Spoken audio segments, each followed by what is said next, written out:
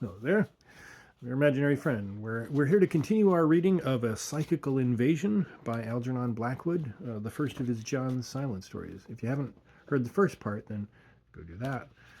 It'll make more sense. Now, in that first part, I had my standard disclaimer about how sometimes people write things and it's not always fine. But sometimes I do feel, as a friend, even an imaginary friend, that I do owe you a little more than that. But you kind of have to balance it with, some people don't like the story spoiled, which is understandable. So if you really don't want spoilers above all else, then I would say mute the volume here until I give you the thumbs up. But if you are a sensitive person, um, you may really want to know that the dog is going to be okay. So let's get into it. Part 2. A few days later, the humorist and his wife, with minds greatly relieved, moved into a small furnished house placed at their free disposal in another part of London, and John Silence, intent upon his approaching experiment, made ready to spend a night in the empty house on the top of Putney Hill. Only 2 rooms were prepared for occupation, the study on the ground floor, and the bedroom immediately above it. All other doors were to be locked, and no servant was to be left in the house. The motor had orders to call for him at 9 o'clock the following morning. And meanwhile, his secretary had instructions to look up the past history and associations of the place, and learn everything he could concerning the character of former occupants, recent or remote. The animals, by whose sensitiveness he intended to test any unusual conditions in the atmosphere of the building, Dr. Silence selected with care and judgment. He believed, and had already made curious experiments to prove it, that animals were more often and more truly clairvoyant than human beings. Many of them, he felt convinced, possessed powers of perception far superior to that mere keenness of the senses common to all dwellers in the wilds, where the senses grow specially alert. They had what he termed animal clairvoyance. And from his experiments with horses, dogs, cats, and even birds, he had drawn certain deductions, which, however, need not be referred to in detail here. Cats, in particular, he believed, were almost continuously conscious of a larger field of vision, too detailed even for a photographic camera, and quite beyond the reach of normal human organs. He had further observed that while dogs were usually terrified in the presence of such phenomena, cats, on the other hand, were soothed and satisfied. They welcomed manifestations as something belonging peculiarly to their own region. He selected his animals, therefore, with wisdom, so that they might afford a differing test, each in its own way, and that one should not merely communicate its own excitement to the other. He took a dog and a cat. The cat he chose, now full grown, had lived with him since kittenhood, a kittenhood of perplexing sweetness and audacious mischief. Wayward it was, and fanciful, ever playing its own mysterious games in the corners of the room, jumping at invisible nothings, leaping sideways into the air, and falling with tiny moccasined feet onto another part of the carpet, yet with an air of dignified earnestness, which showed that the performance was necessary to its own well-being, and not done merely to impress a stupid human audience. In the middle of elaborate washing, it would look up, startled, as though to stare at the approach of some invisible, cocking its little head sideways and putting out a velvet pad to inspect cautiously. Then it would get absent-minded and stare with equal intentness in another direction, just to confuse the onlookers, and suddenly go on furiously washing its body again, but in quite a new place. Except for a white patch on its breast, it was coal black, and its name was Smoke. Smoke described its temperament, as well as its appearance. Its movements, its individuality, its posing as a little furry mass of concealed mysteries, its elfin-like elusiveness, all combined to justify its name, and a subtle painter might have pictured it as a wisp of floating smoke, the fire below betraying itself at 2 points only: the glowing eyes. all its forces ran to intelligence, secret intelligence, the wordless, incalculable intuition of the cat. It was indeed the cat for the business at hand. The selection of the dog was not so simple, for the doctor owned many, but after much deliberation he chose a collie called Flame from his yellow coat. True, it was a trifle old and stiff in the joints, and even beginning to grow deaf, but on the other hand, it was a very particular friend of Smoke's, and had fathered it from kittenhood upwards, so that a subtle understanding existed between them. It was this that turned the balance in its favor, this and its courage. Moreover, though good-tempered, it was a terrible fighter, and its anger when provoked by a righteous cause was a fury of fire and irresistible. It had come to him quite young, straight from the shepherd, with the air of the hills yet in its nostrils, and was then little more than skin and bones and teeth. For a collie it was sturdily built, its nose blunter than most, its yellow hair stiff rather than silky, and it had full eyes, unlike the slit eyes of its breed. Only its master could touch it, for it ignored strangers and despised their pattings. When any dared to pat it, there was something patriarchal about the old beast. He was in earnest, and went through life with tremendous energy and big things in view, as though he had the reputation of his whole race to uphold. And to watch him fighting against odds was to understand why he was terrible. In his relations with Smoke, he was always absurdly gentle. Also, he was fatherly, and at the same time betrayed a certain diffidence or shyness. He recognized that Smoke called for strong yet respectful management.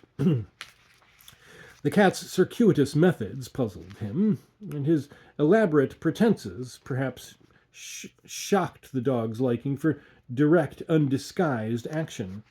Yet, while he failed to comprehend these tortuous feline mysteries, he was never contemptuous or condescending, and he presided over the safety of his furry black friend somewhat as a father, loving but intuitive, might superintend the vagaries of a wayward and talented child. And in return, Smoke rewarded him with exhibitions of fascinating and audacious mischief. And these brief descriptions of their characters are necessary for the proper understanding of what subsequently took place. With Smoke sleeping in the folds of his fur coat, and the collie lying watchful on the seat opposite, John Silence went down in his motor after dinner on the night of November the 15th. And the fog was so dense that they were obliged to travel at quarter speed the entire way.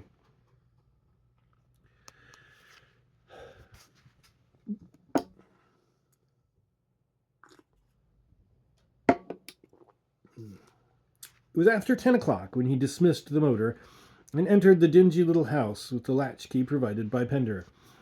He found the hall gas turned low and a fire in the study. Books and food had also been placed ready by the servant according to the instructions.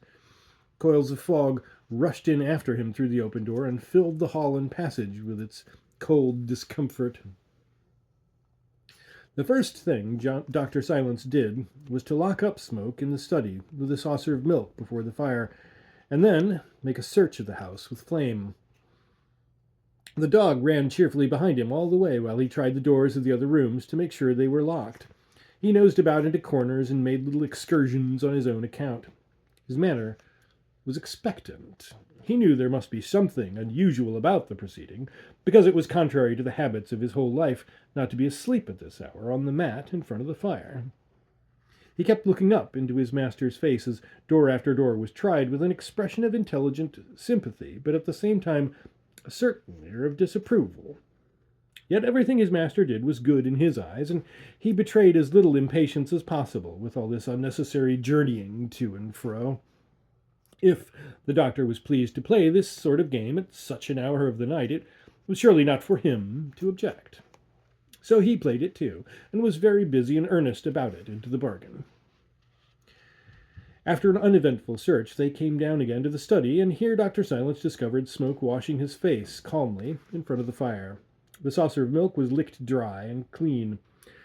The preliminary examination that cats always make in new surroundings had evidently been satisfactorily concluded. He drew an armchair up to the fire, stirred the coals into a blaze, arranged the table and lamp to his satisfaction for reading, and then prepared surreptitiously to watch the animals. He wished to observe them carefully, without their being aware of it. Now, in spite of their respective ages, it was the regular custom of these two to play together every night before sleep. Smoke always made the advances, beginning with grave impudence to pat the dog's tail, and Flame played cumbrously with condescension. It was his duty rather than his pleasure. He was glad when it was over, and sometimes he was very determined and refused to play at all. And this night was one of the occasions on which he was firm. The doctor, looking cautiously over the top of his book, watched the cat begin the performance. It started by gazing with an innocent expression at the dog, where he lay with nose on paws and eyes wide open in the middle of the floor. Then it got up and made as though it meant to walk to the door, going deliberately, very softly. Flame's eyes followed it until it was beyond the range of sight, and then the cat turned sharply and began patting his tail tentatively with one paw. The tail moved slightly in reply, and Smoke changed paws and tapped it again. The dog, however, did not rise to play, as was his wont, and the cat fell to patting it briskly with both paws. Flame still lay motionless. This puzzled and bored the cat, and it went round and stared hard into its friend's face to see what was the matter. Perhaps some inarticulate message flashed from the dog's eyes into his own little brain, making it understand that the program for the night had better not begin with play. Perhaps it only realized that its friend was immovable. But whatever the reason, its usual persistence thenceforward deserted it, and it made no further attempts at persuasion. Smoke yielded at once to the dog's mood. It sat down where it was and began to wash. But the washing, the doctor noted, was by no means its real purpose. It only used it to mask something else. It stopped at the most busy and furious moments and began to stare about the room. Its thoughts wandered absurdly. It peered intently at the curtains, at the shadowy corners, at empty space above, leaving its body in curiously awkward positions for whole minutes together. Then it turned sharply and stared with a sudden signal of intelligence at the dog, and Flame at once rose somewhat stiffly to his feet, and began to wander aimlessly and restlessly to and fro about the floor. Smoke followed him, padding quietly at his heels.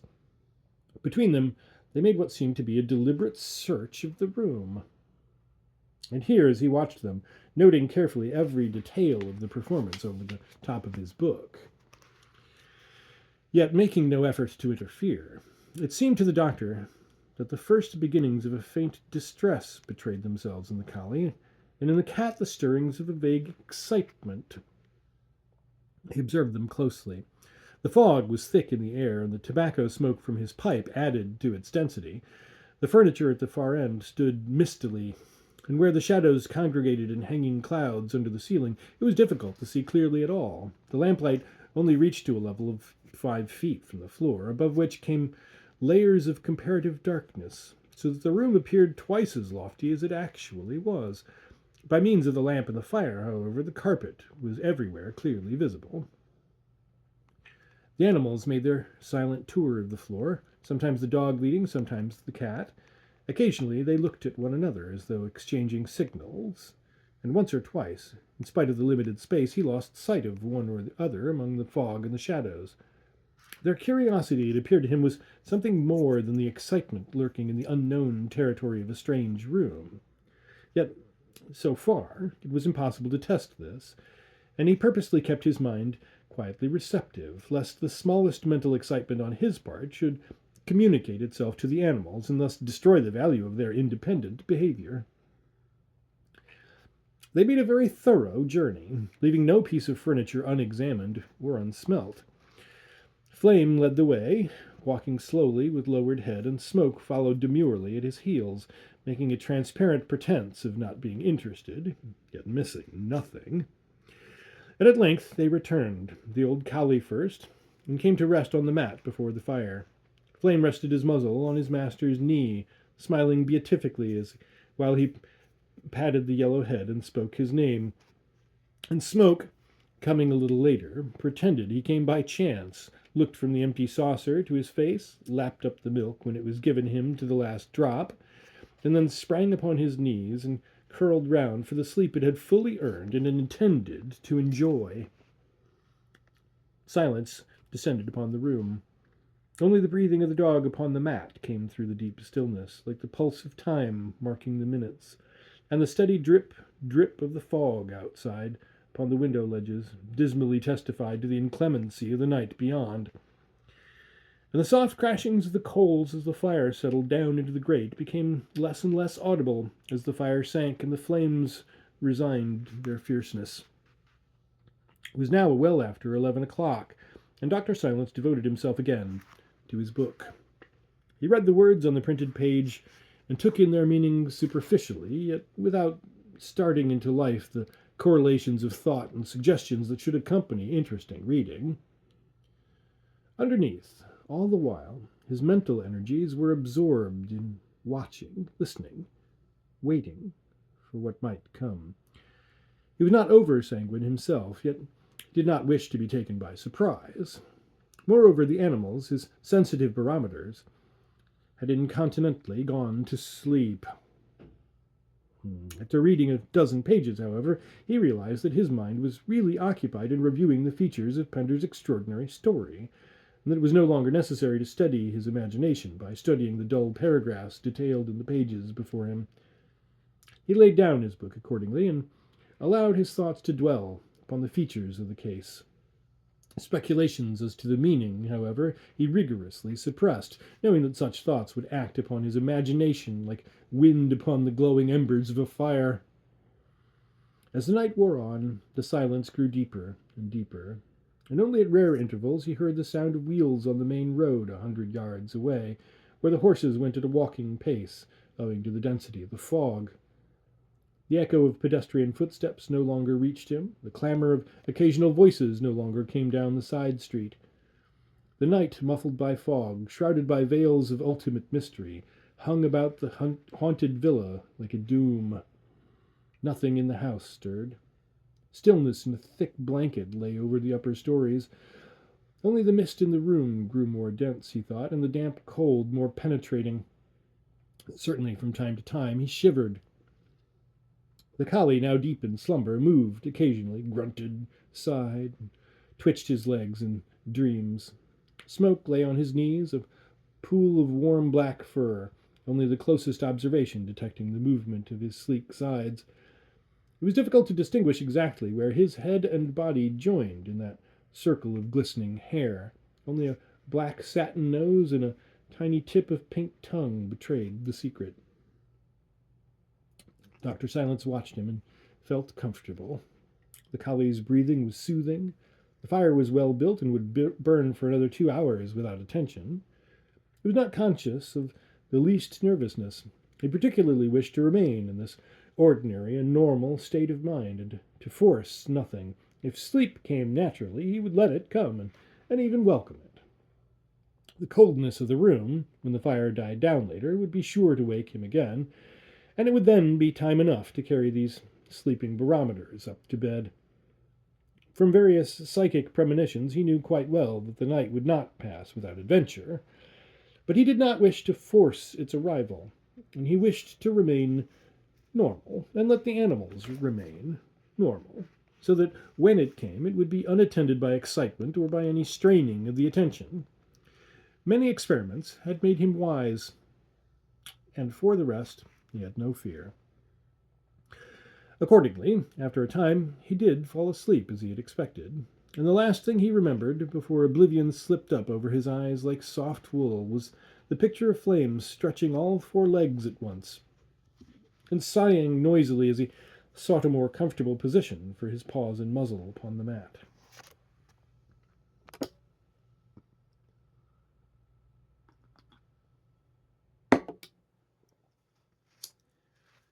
It was a good deal later when he became aware that a weight lay upon his chest and that something was penciling over his face and mouth.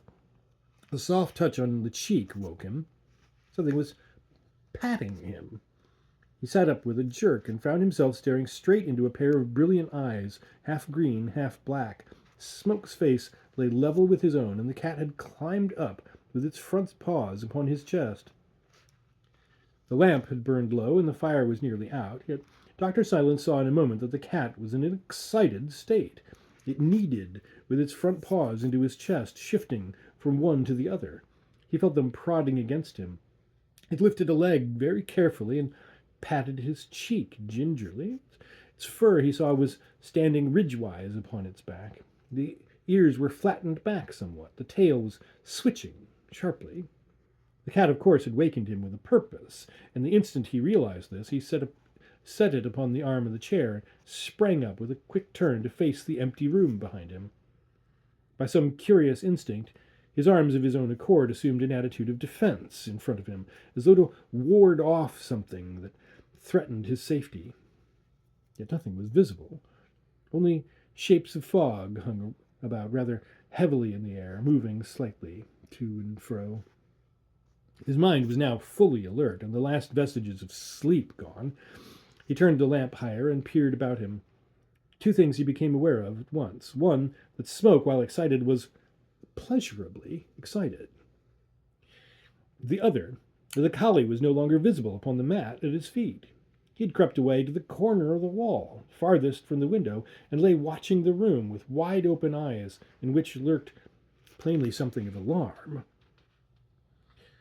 Something in the dog's behavior instantly struck Dr. Silence as unusual, and calling him by name, he moved across to pat him. Flame got up, wagged his tail, and came over slowly to the rug, uttering a low sound that was half growl, half whine. He was evidently perturbed about something, and his master was proceeding to administer comfort when his attention was suddenly drawn to the antics of his other four-footed companion, the cat, and what he saw filled him with something like amazement.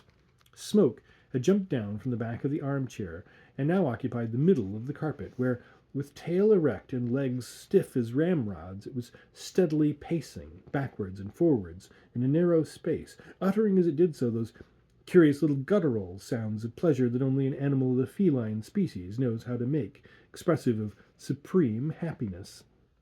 Its stiffened legs and arched back made it appear larger than usual, and the black visage wore a smile of beatific joy.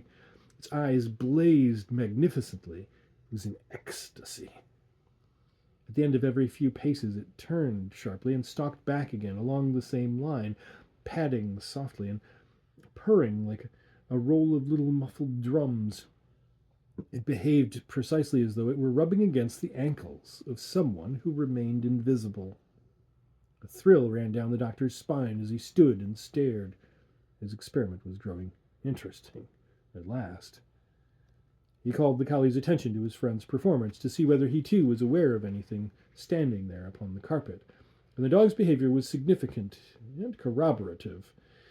He came as far as his master's knees, and then stopped dead, refusing to investigate closely. In vain Dr. Silence urged him. He wagged his tail, whined a little, and stood in a half-crouching attitude, staring alternatively at the cat and at his master's face. He was apparently both puzzled and alarmed. The whine went deeper and deeper down into his throat till it changed into an ugly snarl of awakening anger. Then the doctor called to him in a tone of command he had never known to be disregarded. But still the dog, though springing up in response, declined to move nearer. He made tentative motions, pranced a little like a dog about to take to water, pretended to bark, and ran to and fro on the carpet. So far there was no actual fear in his manner, but he was uneasy and anxious, and nothing would induce him to go within touching distance of the walking cat. Once he made a complete circuit, but always carefully out of reach, and in the end he returned to his master's legs and rubbed vigorously against him. Flame did not like the performance at all. That much was quite clear. For several minutes John Silence watched the performance of the cat with profound attention and without interfering. Then he called to the animal by name. Smoke, you mysterious beastie, what in the world are you about? He said in a coaxing tone. The cat looked up at him for a moment, smiling in its ecstasy, blinking its eyes, but too happy to pause.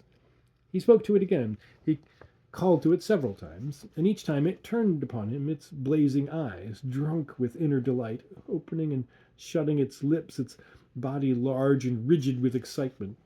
Yet it never for one instant paused in its short journeys to and fro. He noted exactly what it did. It walked, he saw, the same number of paces each time, some 6 or 7 steps, and then it turned sharply and retraced them. By the pattern of the great roses in the carpet, he measured it. It kept to the same direction and the same line. It behaved precisely as though it were rubbing against something solid. Undoubtedly, there was something standing there on that strip of carpet, something invisible to the doctor, something that alarmed the dog, yet caused the cat unspeakable pleasure. Smoky, he called again. Smoky, you black mystery. What is it excites you so? Again the cat looked up at him for a brief second, and then continued its sentry walk, blissfully happy, intensely preoccupied. And for an instant, as he watched it, the doctor was aware that a faint uneasiness stirred in the depths of his own being, focusing itself for the moment upon this curious behavior of the uncanny creature before him. There rose in him quite a new realization of the mystery connected with the whole feline tribe, but especially with that common member of it, the domestic cat. Their hidden lives, their strange aloofness, their incalculable subtlety. How utterly remote from anything that human beings understood lay the sources of their elusive activities. As he watched the indescribable bearing of the little creature mincing along the strip of carpet under his eyes, coquetting with the powers of darkness, welcoming, maybe, some fearsome visitor, there stirred in his heart a feeling strangely akin to awe. Its indifference to humankind, its serene superiority to the obvious, struck him forcibly with fresh meaning. So remote, so inaccessible seemed the secret purposes of its real life, so alien to the blundering honesty of other animals. Its absolute poise of bearing brought into his mind the opium-eater's words that no dignity is perfect which does not at some point ally itself with the mysterious. And he became suddenly aware that the presence of the dog in this foggy, haunted room on the top of Putney Hill was uncommonly welcome to him. He was glad to feel that Flame's dependable personality was with him. The savage growling at his heels was a pleasant sound.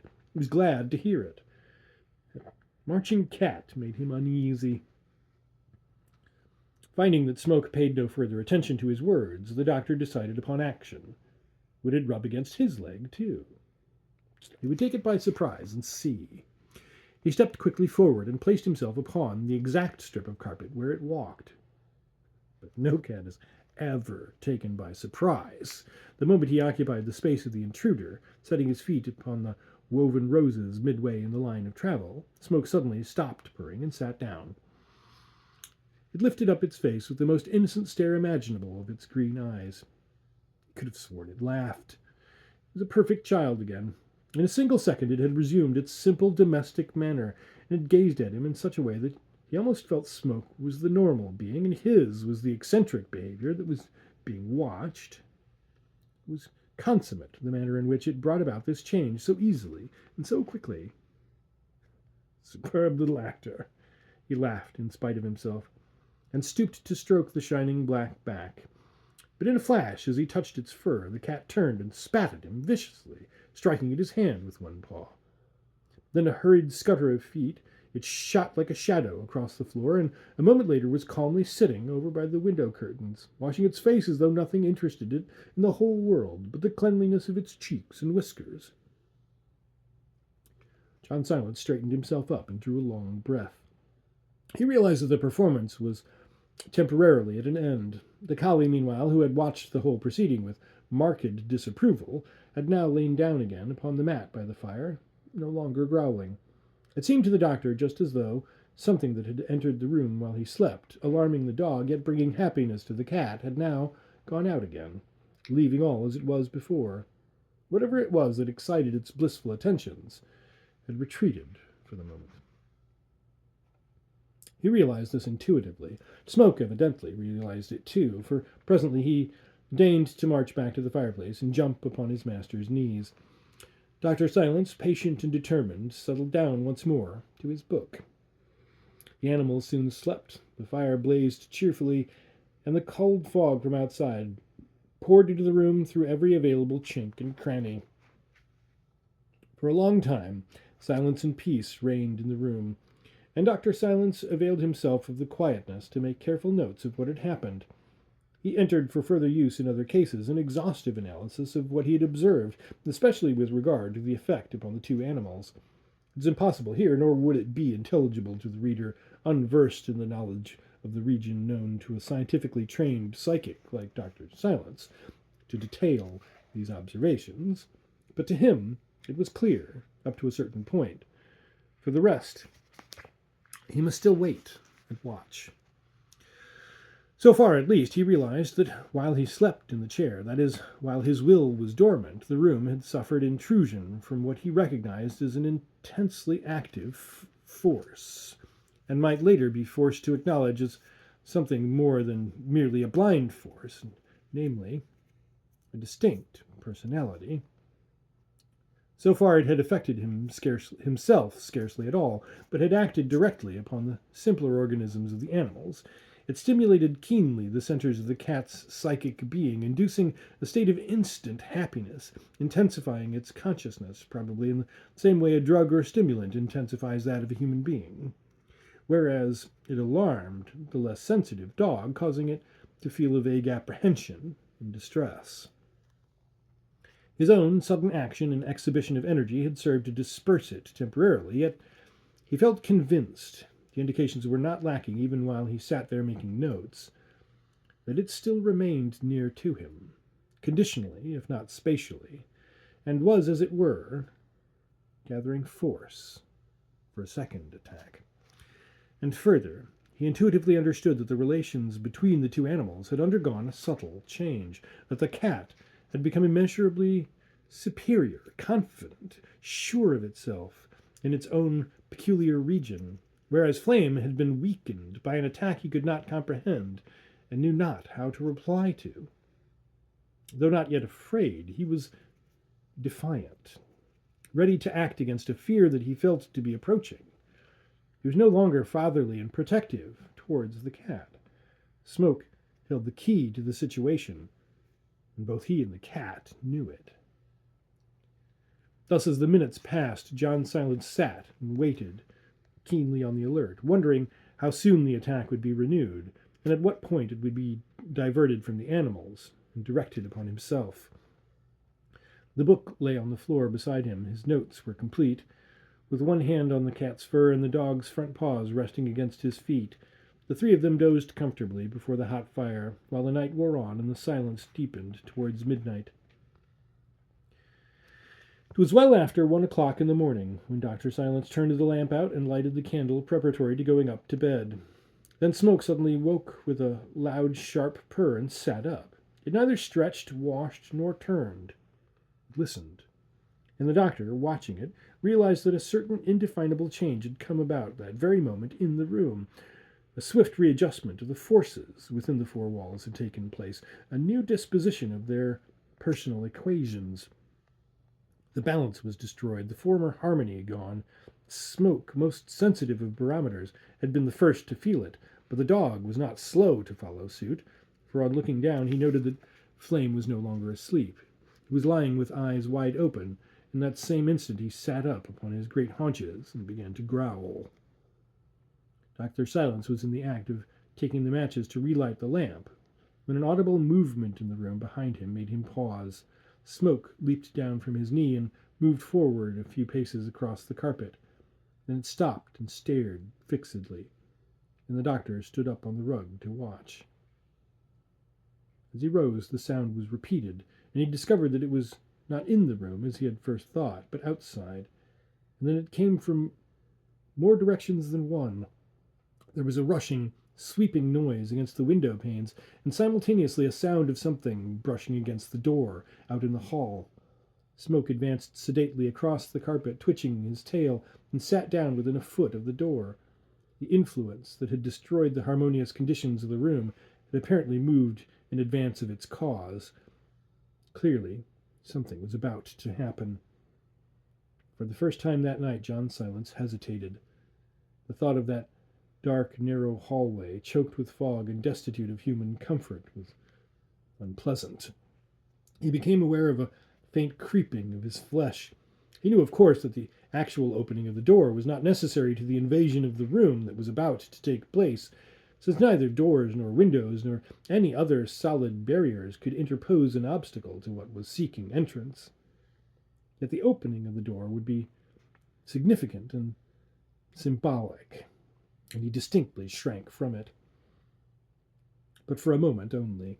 Smoke, turning with a show of impatience, recalled him to his purpose, and he moved past the sitting, watching creature and deliberately opened the door to its full width.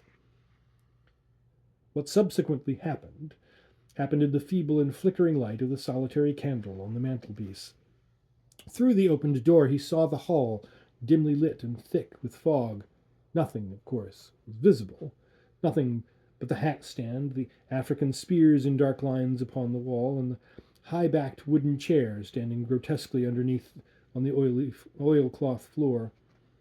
For one instant the fog seemed to move and thicken oddly, but he set that down to the score of the imagination. The door had opened upon nothing. Yet Smoke apparently thought otherwise, and the deep growling of the collie from the mat at the back of the room seemed to confirm his judgment. For, proud and self-possessed, the cat had again risen to its feet, and having advanced to the door was now ushering someone slowly into the room. Nothing could have been more evident. He paced from side to side, bowing his little head with great empressement, and holding his stiffened tail aloft like a flagstaff. He turned this way and that, mincing to and fro, and showing signs of supreme satisfaction. He was in his element. He welcomed the intrusion, and apparently reckoned that his companions, the doctor and the dog, would welcome it likewise. The intruder had returned for a second attack. Dr. Silence moved slowly backwards and took up his position on the hearthrug, keying himself up to a condition of concentrated attention. He noted that Flame stood beside him, facing the room, with body motionless, and head moving swiftly from side to side, with a curious, swaying movement. His eyes were wide open, his back rigid, his neck and jaws thrust forward, his legs tense and ready to leap. Savage, ready for attack or defense, yet dreadfully puzzled, and perhaps already a little cowed. He stood and stared, the hair on his spine and sides positively bristling outwards as though the wind played through it. In the dim firelight he looked like a great yellow-haired wolf, silent, eyes shooting dark fire, exceedingly formidable. It was Flame, the Terrible. Smoke, meanwhile, advanced from the door toward the middle of the room, adopting the very slow pace of an invisible companion. A few feet away it stopped and began to smile and blink its eyes. There was something deliberately coaxing in its attitude as it stood there, undecided on the carpet, clearly wishing to effect some sort of introduction between the intruder and its canine friend and ally. It assumed its most winning manners, purring, smiling, looking persuasively from one to the other, and making quick, tentative steps, first in one direction and then in another. There had always existed such perfect understanding between them in everything. Surely Flame would appreciate Smoke's intention now, and acquiesce. But the old collie made no advances. He bared his teeth, lifting his lips till the gums showed, and stood stock still with fixed eyes and heaving sides.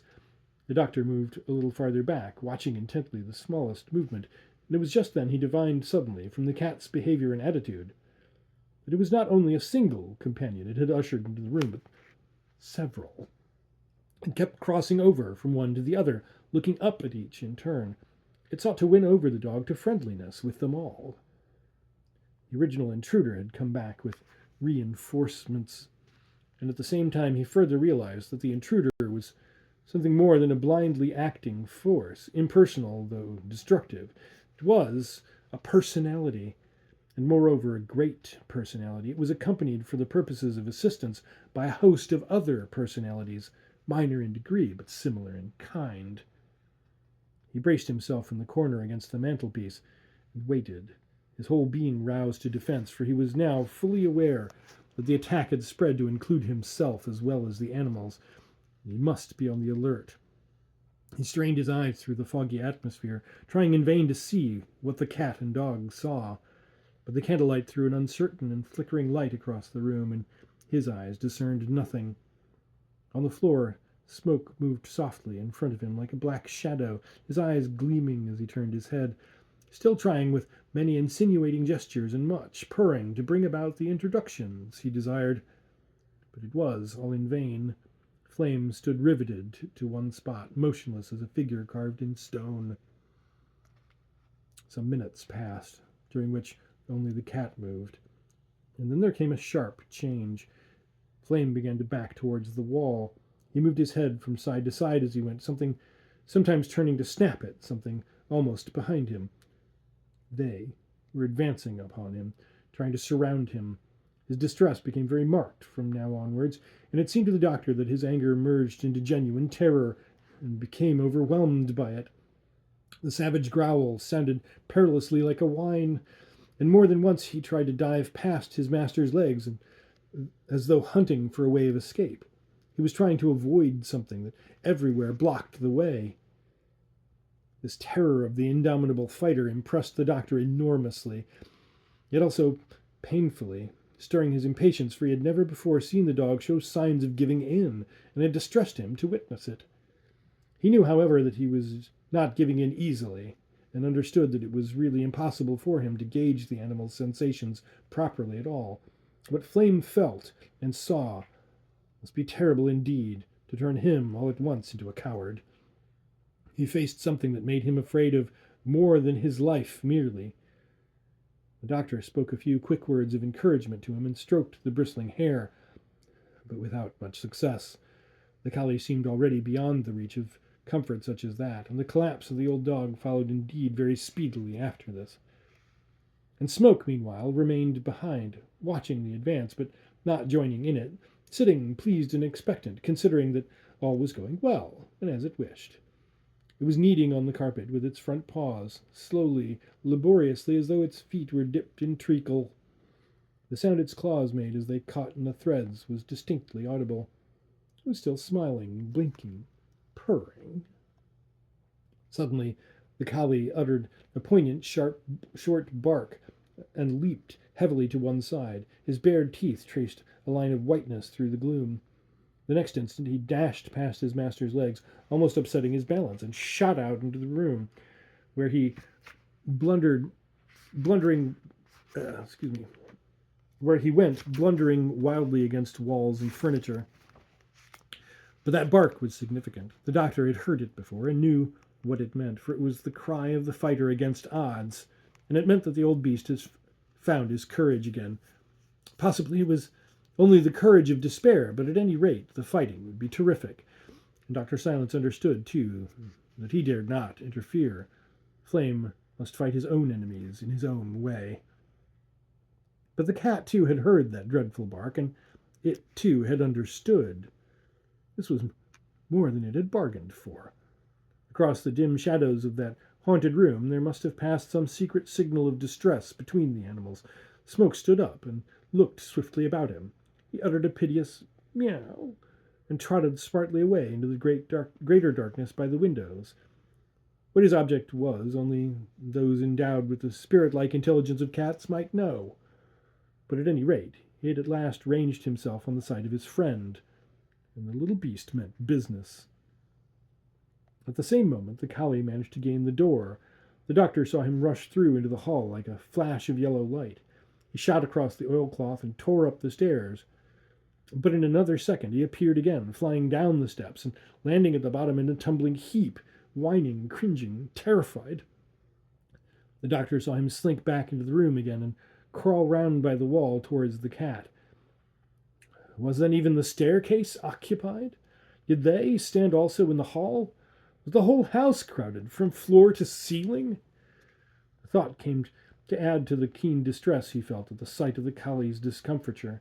And indeed, his own personal distress had increased in a marked degree during the past minutes, and continued to increase steadily to the climax.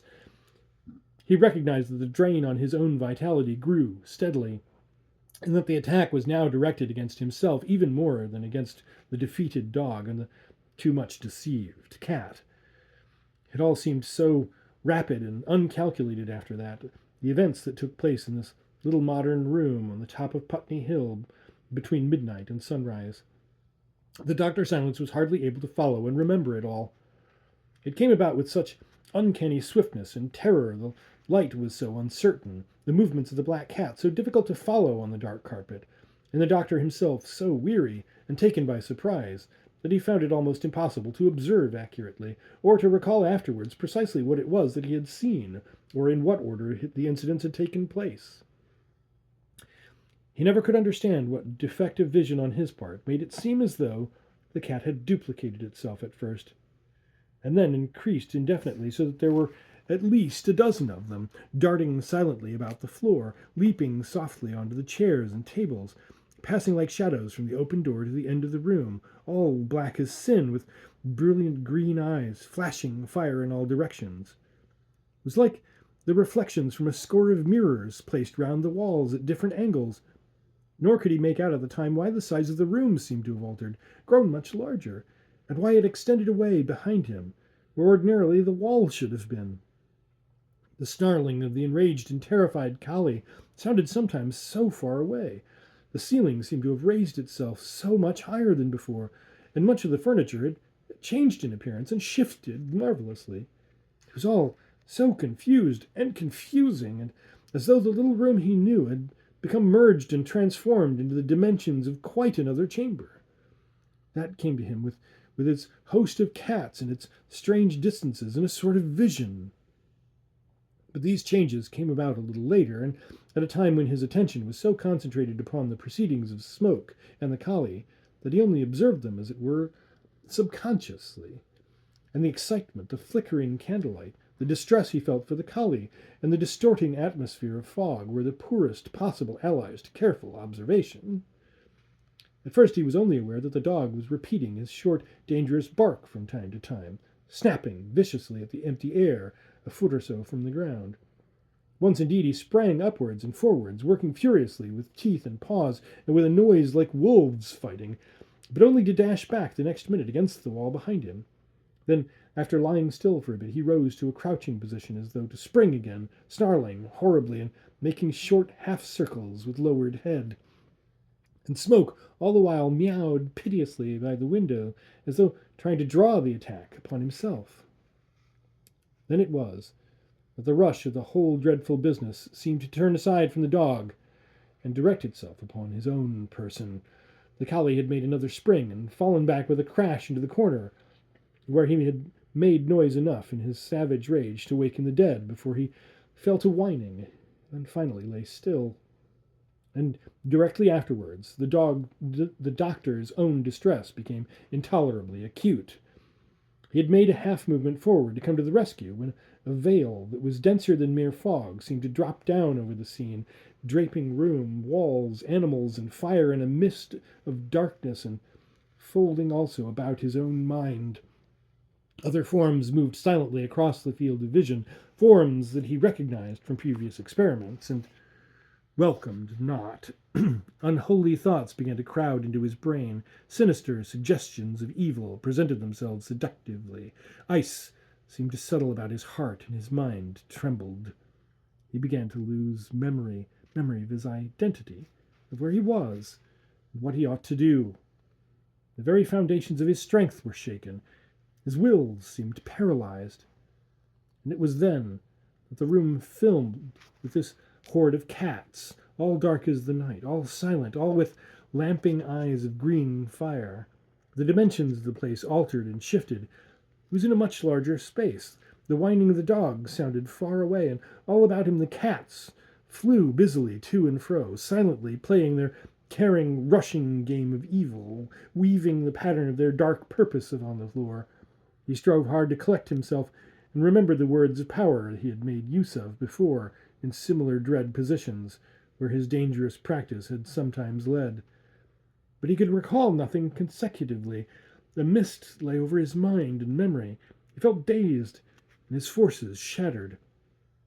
The deeps within were too troubled for healing power to come out of them. It was glamour, of course, he realized afterwards, the strong glamour thrown upon his imagination by some powerful personality behind the veil. But at the time, he was not sufficiently aware of this, and, as with all true glamour, was unable to grasp where the true ended and the false began. He was caught momentarily in the same vortex that had sought to lure the cat to destruction through its delight, and threatened utterly to overwhelm the dog through its terror. There came a sound in the chimney behind him, like wind booming and tearing its way down. The windows rattled, the candle flickered and went out. The glacial atmosphere closed round him with the cold of death, and a great rushing sound swept by overhead as though the ceiling had lifted to a great height. He heard the door shut. Far away it sounded. He felt lost, shelterless in the depths of his soul. Yet still he held out and resisted while the climax of the fight came nearer and nearer. He had stepped into the stream of forces awakened by Pender, and he knew that he must withstand them to the end, or come to a conclusion that it was not good for a man to come to. Something from the region of utter cold was upon him. And then quite suddenly, through the confused mists about him, there suddenly rose up the personality that had been all the time directing the battle. Some force entered his being that shook him as the tempest shakes a leaf, and close against his eyes, clean level with his face, he found himself staring into the wreck of a vast, dark countenance, a countenance that was terrible even in its ruin. For ruined it was, and terrible it was, and the mark of spiritual evil was branded everywhere upon its broken features. Eyes, face, and hair rose level with his own, and for a space of time he never could properly measure or determine. These two, a man and a woman, looked straight into each other's visages and down into each other's hearts. And John Silence, the soul with the good, unselfish motive, held his own against the dark, discarnate woman whose motive was pure evil and whose soul was on the side of the dark powers. It was the climax that touched the depth of power within him and began to restore him slowly to his own. He was conscious, of course, of effort, and yet it seemed no superhuman one, for he had recognized the character of his opponent's power, and he called upon the good within him to meet and overcome it. The inner forces stirred and trembled in response to his call. They did not at first come readily, as was their habit, for under the spell of glamour they had already been diabolically lulled into inactivity, but come they eventually did, rising out of the inner spiritual nature he had learned with so much time and pain to awaken to life. And power and confidence came with them. He began to breathe deeply and regularly, and at the same time to absorb into himself the forces opposed to him, and to turn them to his own account. By ceasing to resist, and allowing the deadly stream to pour into him unopposed, he used the very power supplied by his adversary, and thus enormously increased his own. For this spiritual alchemy he had learned. He understood that force ultimately is everywhere one and the same, is the motive behind that makes it good or evil, and his motive was entirely unselfish. He knew, provided he was not first robbed of self-control, how vicariously to absorb these evil radiations into himself, and change them magically into his own good purposes. And since his motive was pure and his soul fearless, they could not work him harm. Thus he stood in the main stream of evil, unwittingly attracted by Pender, deflecting its course upon himself, and after passing through the purifying filter of his own unselfishness, these energies could only add to his store of experience, of knowledge, and therefore of power. And as his self-control returned to him, he gradually accomplished this purpose, even though trembling while he did so. Yet the struggle was severe, and in spite of the freezing chill of the air, the perspiration poured down his face. Then by slow degrees the dark and dreadful countenance faded. The glamour passed from his soul, the normal proportions returned to walls and ceiling, The forms melted back into the fog, and the whirl of rushing shadow cats disappeared whence they came. And with the return of the consciousness of his own identity, John Silence was restored to the full control of his willpower. In a deep, modulated voice, he began to utter certain rhythmical sounds that slowly rolled through the air like a rising sea, filling the room with powerful vibratory activities that whelmed all irregularities of lesser vibrations in its own swelling tone. He made certain sigils, gestures, and movements at the same time. For several minutes he continued to utter these words, until at length the growing volume dominated the whole room and mastered the manifestation of all that opposed it. For just as he understood the spiritual alchemy that can transmute evil forces by raising them into higher channels, so he knew from long study the occult use of sound and its direct effect upon the plastic region wherein the powers of spiritual evil work their fell purposes. Harmony was restored, first of all, to his own soul, and thence to the room and all its occupants. And after himself, the first to recognize it was the old dog lying in his corner. Flame began suddenly uttering sounds of pleasure, that something between a growl and a grunt that dogs make upon being restored to their master's confidence. Dr. Silence heard the thumping of the collie's tail against the floor, and the grunt and the thumping touched the depths of affection in the man's heart, and gave him some inkling of what agonies the dumb creature had suffered. Now, from the shadows by the window, a somewhat shrill purring announced the restoration of the cat to its normal state. Smoke was advancing across the carpet. He seemed very pleased with himself, and smiled with an expression of supreme innocence. He was no shadow cat, but real and full of his usual and perfect self-possession. He marched along, picking his way delicately, but with a stately dignity that suggested his ancestry with the majesty of Egypt. His eyes no longer glared. They shone steadily before him. They radiated, not excitement, but knowledge. Clearly he was anxious to make amends for the mischief to which he had unwittingly lent himself, owing to his subtle and electric constitution. Still, uttering his sharp, high purrings, he marched up to his master and rubbed vigorously against his legs. Then he stood on his hind feet and pawed his knees and stared beseechingly up into his face. He turned his head towards the corner where the collie still lay, thumping his tail feebly and pathetically. John Silence understood. He bent down and stroked the creature's living fur, noting the line of bright blue sparks that followed the motion of his hand down its back. And then they advanced together towards the corner where the dog was. Smoke went first, and put his nose gently against his friend's muzzle, purring while he rubbed, and uttering little soft sounds of affection in his throat. The doctor lit the candle and brought it over. He saw the collie lying on its side against the wall. It was utterly exhausted, and foam still hung about its jaws. Its tail and eyes responded to the sound of its name, but was evidently very weak and overcome. Smoke continued to rub against its cheek and nose and eyes, sometimes even standing on its body and kneading into the thick yellow hair.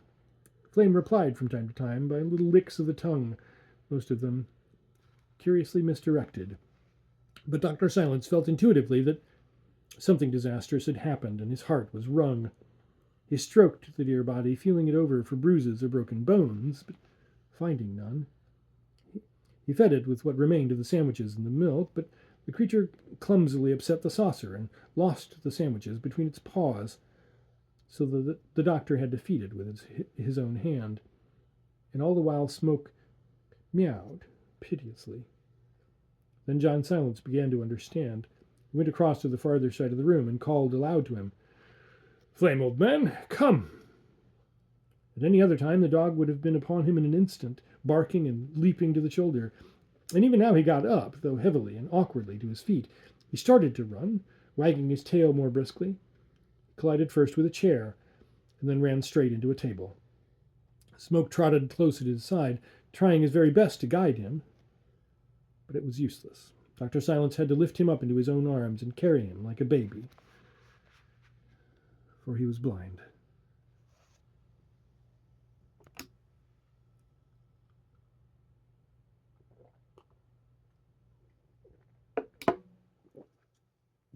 Part 3. It was a week later when John Silence called to see the author in his new house and found him well on the way to recovery and already busy again with his writing.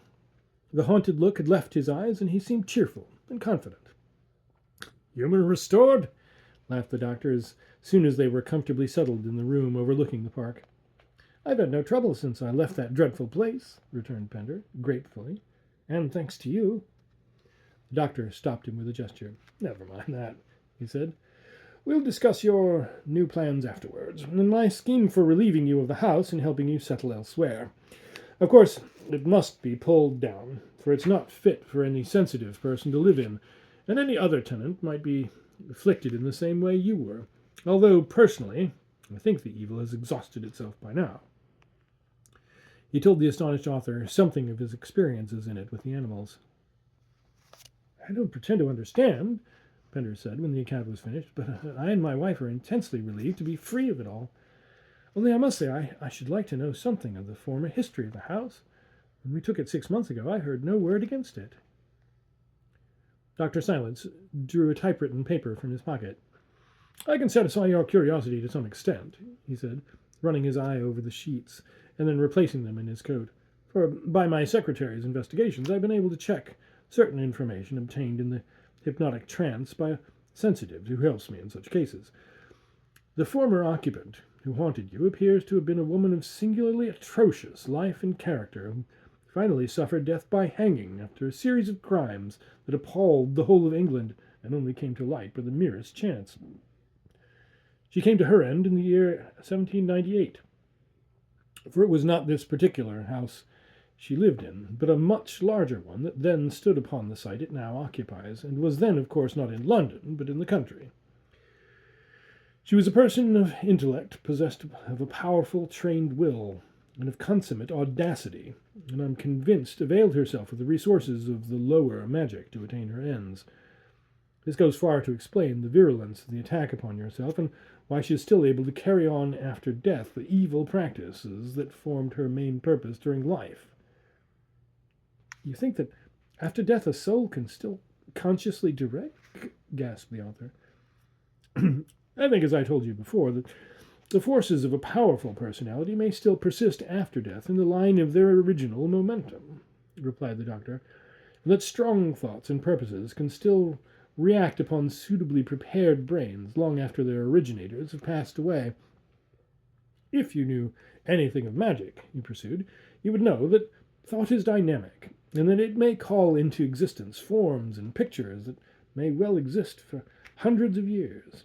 For not far removed from the region of our human life is another region, where float the waste and drift of all the centuries, the limbo, the shells of the dead, a densely populated region crammed with horror and abomination of all descriptions, and sometimes galvanized into active life again by the will of a trained manipulator, a mind versed in the practices of lower magic. That this woman understood its vile commerce I am persuaded, and the forces she set going during her life have simply been accumulating ever since, and would have continued to do so, had they not been drawn down upon yourself, and afterwards discharged and satisfied through me. Anything might have brought down the attack, for besides drugs there are certain violent emotions, certain moods of the soul, certain spiritual fevers, if I may so call them, which directly open the inner being to a cognizance of this astral region I have mentioned.